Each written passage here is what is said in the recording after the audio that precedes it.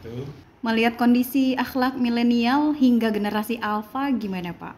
Ya, jadi anak ini kan seperti kertas putih ya. Dia lahir dalam kondisi kertas putih. Nah, seperti apa lukisan atau warna-warni yang ada dalam kertas itu tergantung lingkungannya. Ketika anak itu tumbuh besar dalam lingkungan yang dekat dengan gadget atau informasi yang sangat instan, maka otomatis anak akan tumbuh besar sesuai dengan lingkungannya.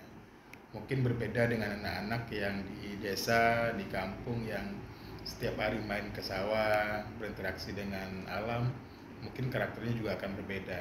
Jadi dengan tantangan seperti ini kita tidak bisa menghindari, maka oleh karena itu dibutuhkan lingkungan yang kondusif, terutama bagi orang tua agar dibekali dengan parenting skill agar mereka mampu mengasuh anaknya dengan nilai-nilai positif.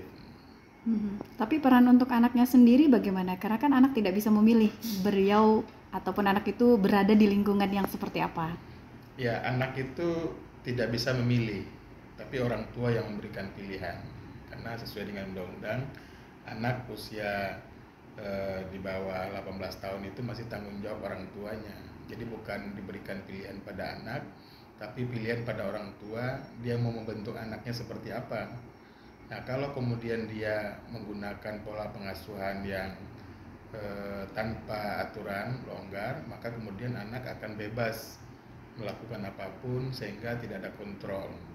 Kalau orang tua menggunakan sistem pengasuhan yang terarah dengan aturan-aturan yang ketat, mungkin anak akan paham bahwa dia harus bertanggung jawab dengan segala apa yang dia kerjakan.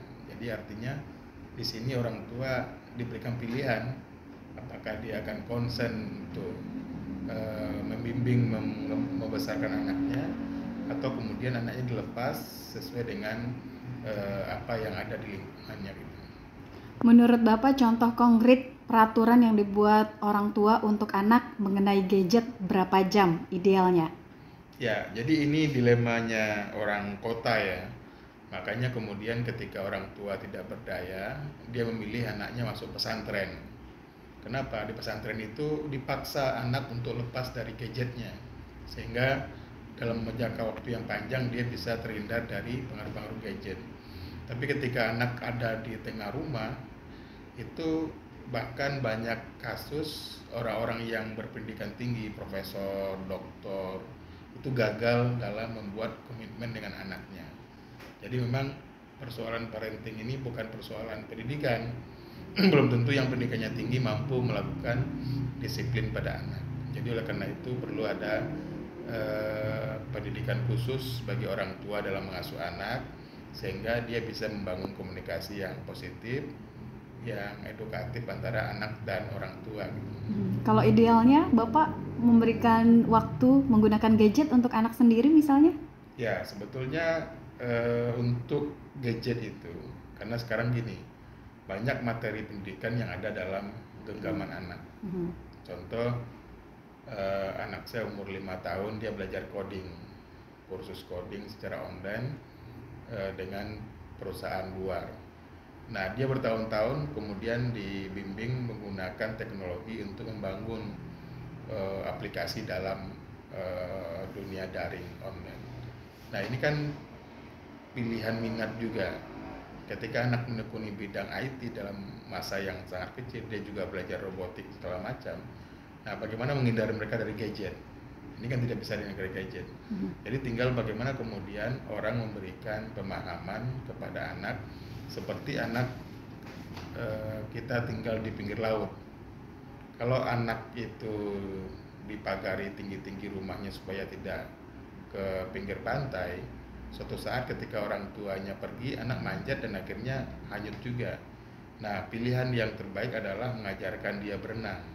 Sebesar apapun ombak, dia akan selamat. Jadi memang menjauhkan gadget dari anak itu satu hal yang mustahil, karena teknologi sekarang sangat berkembang.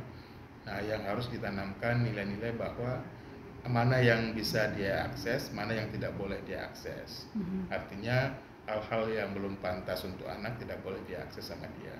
Secara sistem ada aplikasi untuk kontrol orang tua. Tapi sama tadi yang pagar di belakang rumah tadi yang tinggal di pinggir pantai, aplikasi itu tidak akan bisa menyelamatkan dia. Tapi yang bisa menyelamatkan dia paham bahwa mana yang positif, mana yang negatif. Oke. Berarti tidak ada waktu khusus untuk menggunakan gadget, tapi edukasi yang terus-menerus yang harus dilakukan orang Ya, tua. karena sekarang pendidikan anak itu ada dalam genggamannya. Semua materi pelajaran ada di situ. Kalau kita pisahkan, kita berarti menjauhkan anak dari perkembangan zaman. Tapi yang perlu kita lakukan membekali dia. Makanya orang tua yang memiliki kemampuan parenting skill seperti ini nggak banyak. Jadi nggak tergantung dengan tinggi pendidikan, jabatan orang tua, itu nggak pengaruh.